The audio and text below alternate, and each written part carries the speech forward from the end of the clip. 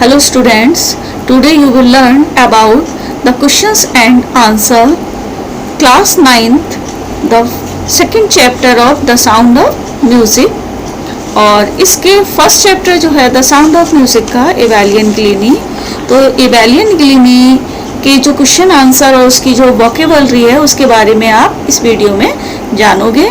तो कुछ क्वेश्चंस जो हैं आपके टेक्स्ट के उसको आप समझ लीजिए पहले। How old was Evelyn when she went to the Royal Academy of Music, यानी कब बह गई थी रॉयल एकेडमी में। तो आंसर क्या रहेगा, Evelyn was 17 when she went to the Royal Academy of Music, यानी कि जब वह 17 साल की थी तब वह रॉयल एकेडमी में म्यूजिक के लिए गई थी। सेकंड क्वेश्चन है, when was her deafness first noticed, when was it confirmed, उसकी जो बहरापन था वो कब नोटिस किया गया और इस बात को कब कंफर्म किया गया। तो आंसर क्या रहेगा, Evelyn's deafness was noticed first by her mother at the age of 8। कब किया गया था उसकी डीफनेस को नोटिस, जब वह 8 साल की थी उसकी माँ के द्वारा उसके बहरेपन को नोटिस किया गया था। When they called her name to play with piano and she did not move. When they called her name, जब उसका नाम पुकारा जा रहा था और वह अपने नाम को सुनकर भी पियानो पर जाने के लिए हिली भी नहीं थी। At the age of 11, her deafness was confirmed. और जब वह 11 साल की थी तो उसका जो बहरापन था वह कंफर्म कर लिया गया था। नेक्स्ट क्वेश्चन आपके 30 और 40 वर्ड्स के आपको लिखने होंगे। वो क्वेश्चन क्या है, पहला क्वेश्चन है आपका, who helped her to continue with music, what did he do and say, उसकी म्यूजिक में लगातार किसने मदद की और what did he do and say, और उसने उनसे क्या कहा, what did he do and say, क्या कहा और क्या किया। तो percussionist Ron Forbes inspired her to continue with music, एक परक्यूशनिस्ट थे यानी कि एक ये तबला वादक थे रॉन फॉर्ब्स जिनका नाम था, उन्होंने उनको प्रेरित किया, इंस्पायर किया कि म्यूजिक को कंटिन्यू रखें। He played 2 drums by 2 different notes, और उन्होंने 2 डिफरेंट आवाजेस में ड्रम को बजाया। And advised her not to hear through ears, और उन्होंने उसे सलाह दी कि वो उसे अपने कानों से ना सुने, बट टू सेंस इट, बल्कि उसे समझें थ्रू सम अदर मैनर, किसी दूसरे तरीके से। नेक्स्ट क्वेश्चन है इसमें, name the various places and causes for which Evelyn performs, उन भिन्न भिन्न स्थानों के नाम बताओ जहां एवेलियन ने अपने परफॉर्म किया था। तो एवेलियन ने कहाँ किया था, Evelyn performed free concerts in hospitals and prison, जो एवेलियन थी वो हॉस्पिटल और जेल में फ्री अपना शो करती थी। She also gave great importance to classes for young musicians, और छोटे बच्चों की क्लासेस को भी महत्व देती थी। She perform for the causes of deaf children, और वह जो बहरे बच्चे होते थे उनके लिए भी वह परफॉर्म किया करती थी। नेक्स्ट आपका 100 और 150 वर्ड्स का आंसर होगा, लॉन्ग में रहेगा। क्वेश्चन है आपका, how does Evelyn hear music, music कैसे सुनती थी, तो उसकी डिटेल आपको बतानी है। क्या है answer, the well known percussionist and the most sought after artist Evelyn was completely deaf, कि एवेलियन जो थी वो पूरी तरीके से इन वादक लोगों के द्वारा भी बिल्कुल बहरी थी। But she was determined to continue with music, लेकिन वह अपनी म्यूजिक को कंटिन्यू करने के लिए दृढ़ संकल्पित थी। इट लुक्ड इम्पॉसिबल, यह इम्पॉसिबल नजर आता था। But percussion master Ron Forbes helped him, लेकिन जो वादक थे रॉन फॉर्ब्स उन्होंने उसकी मदद की। He tune 2 drums to different notes, उन्होंने भिन्न भिन्न नोट से 2 ड्रम बजाए। And asked Evelyn not to hear the sound with her ears but to sense it some other way, और उन्होंने उसे यह भी सलाह दी कि वो उसे कानों से न सुने बल्कि उसे समझे।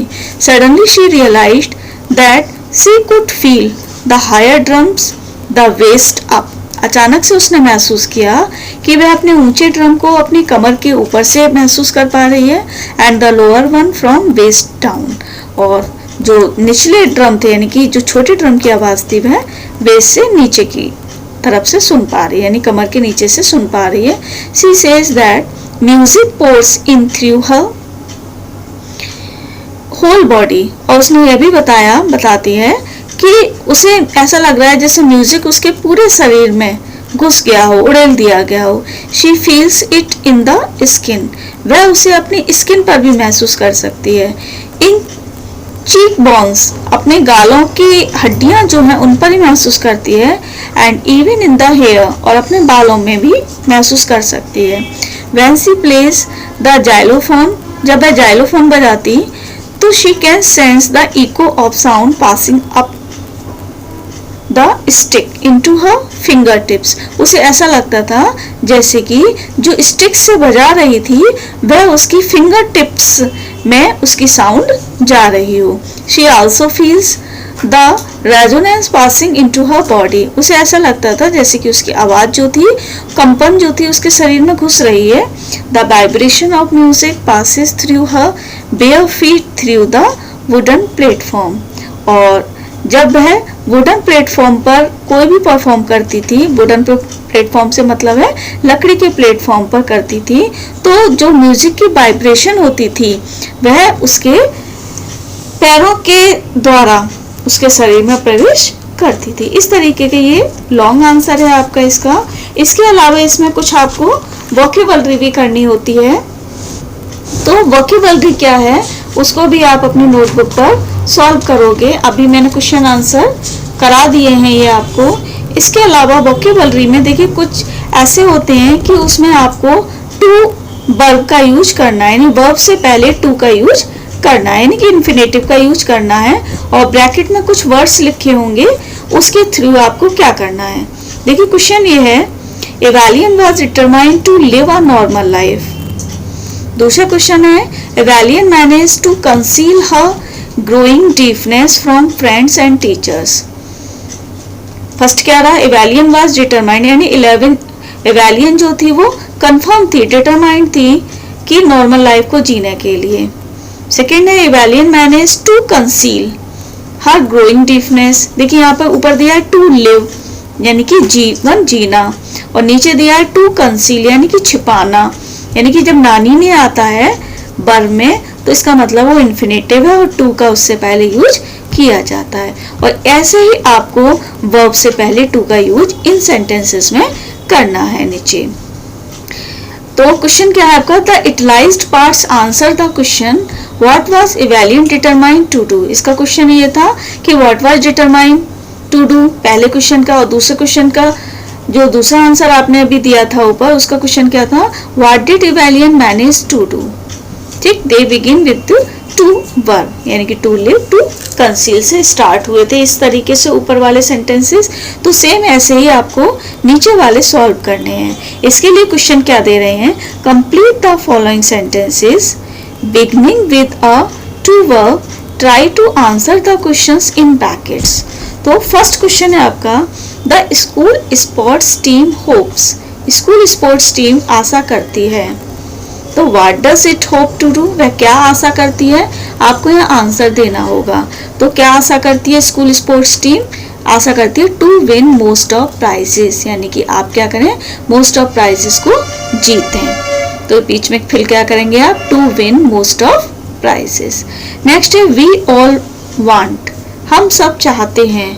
What do we all want to do, हम सब क्या चाहते हैं, क्या चाहते हैं, to be responsible to our duties, कि हम सब क्या चाहते हैं कि हमें अपनी ड्यूटीज के प्रति रेस्पॉन्सिबल होना चाहिए. तो क्या आएगा फिर इसमें होगा, to be responsible to our duties. Clear है, ये सभी आप अपनी नोटबुक पर करोगे. और उसके लिए आपको क्या करना है, देखिए जो फिल है बीच का, फिल करने के लिए आप ब्लैक से भी कर सकते हो, ब्लू से पूरा क्वेश्चन लिख दीजिए और ब्लैक से बीच में फिलअप कर दीजिए, जिससे कि आपको समझ में आए कि हमको क्या करना है. दूसरा तरीका ये भी है, अगर आप पर जगह कम है तो आप जैसे क्वेश्चन लिखा, क्वेश्चन के बाद आप उसका आंसर करके आंसर भी लिख सकते हो। थर्ड है they advise the hearing impaired child's mother blank. तो what did they advise her to do, वे उसे क्या सलाह देना चाहते थे, तो क्या सलाह देते थे माँ को, तो to take her child to the school that is for deaf and dumb. क्या सलाह दी उन्होंने कि वो अपने बच्चे को ऐसे यहाँ से ले जाएं और दैट इज फॉर डीफ, और ऐसे स्कूल में ले जाएं जो किसके लिए हो, बहरे और गूंगे लोगों के लिए हो। तो आंसर क्या रहा इसका, to take her child to the school that is for deaf and dumb. Next है question number 4, the authorities permitted us to blank. अब ब्रैकेट में क्या लिखा, what did the authorities permit us to do, यानी कि authorities जो होते हैं वो हमें किस बात की आज्ञा दी उन्होंने हमें, तो किस बात की आज्ञा दी हमें ऑथोरिटीज ने, तो आंसर क्या आएगा, to stay there as long as we like, यानी हम वहाँ ठहर सकते हैं जितनी भी देर हम चाहें। ये आपके ऊपर डिपेंड करता है आप क्या सोच रहे हैं, तो अपनी सोच इसमें भरनी होती है वर्ब के थ्रू। और नेक्स्ट है question number 5, a musician decided to, एक म्यूजिशियन डिसाइड या एक म्यूजिशियन ने डिसाइड किया, क्या किया, what did the musician decide to, क्या किया म्यूजिशियन ने डिसाइड, क्या करता है musician, to play a melodious tune. क्या आंसर आएगा, to play a melodious tune. A musician decided, क्योंकि टू ऑलरेडी लिखा हुआ है इसलिए हम क्या फिलअप करेंगे यहाँ पर, play a melodious tune. Clear है इतना आपको ये,